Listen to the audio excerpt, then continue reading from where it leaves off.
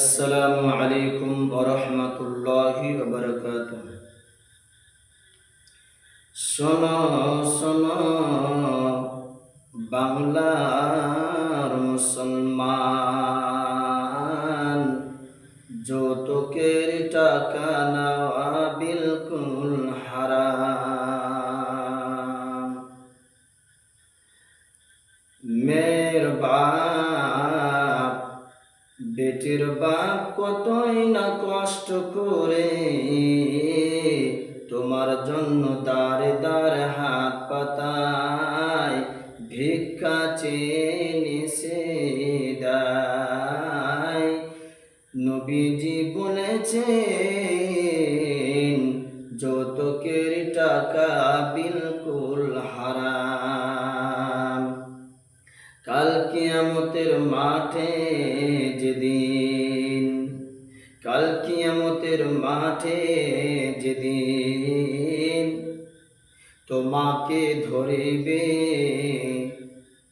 আমাকে দাও টাকা, সেদিন বাঁচার কোনো পথ থাকবে না। সেদিন তোমাকে বুঝিয়ে দিতে হবে নেকিতে।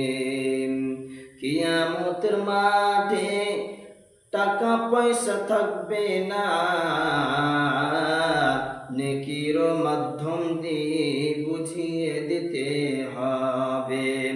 এরপরেতে আসবে তোমার বিবি, এরপরেতে আসবে তোমার বিবি, মহরানা দাওনি, কিয়ামতের মাঠে তোমাকে ধরবে। সেই দিন পালাবার কোনো পথ থাকবে না রে, সেদিন পালাবার কোনো পথ থাকবে না। শোনো শোনো বাংলার মুসলমান, শ্বশুর মশাইয়ের কাছে কত নিয়েছ টাকা। কেউ তো নিয়েছো বাড়ি, কেউ তো নিয়েছে গাড়ি, আরো বলে আমি নিব জমি। এইরকম করে তুমি শ্বশুরের কাছে প্রতারণা করেছো, বাঁচার কোনো পথ থাকবে না রে, বাঁচার কোনো পথ রবে না। এই টাকা তো নবীজি বলেছেন বিলকুল হারাম। এই টাকা দিয়ে চাউল কিনে খেলে ইবাদত